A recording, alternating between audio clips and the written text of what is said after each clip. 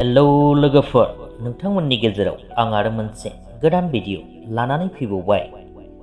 लोगोफोर, नोंथांमोनाथ' मोनथिखाबायानो थाम्बनेल आरो टाइटेलखौ नायनानै बे भिडिअआ मानि सायाव जागोन। बेनो जादों लोगोफोर बर'नि मुंदांखा फावखुंगुर बिथांमोननि रिलेशनशिप एबा सोर सोरनि गार्लफ्रेन्ड आरो बयफ्रेन्ड बेफोर गासैखौबो नैबे भिडिअनि गेजेरजोंनो फारियै फोरमायलांनो नाजागोन।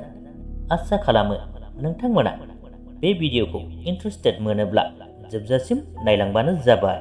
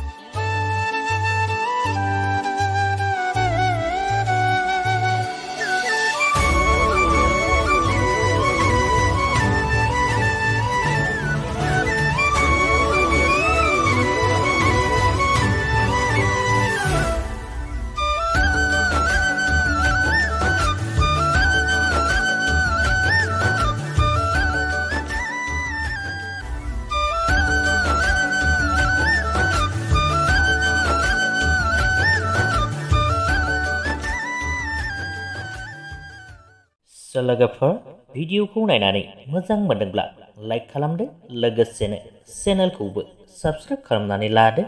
गोजोन्थों।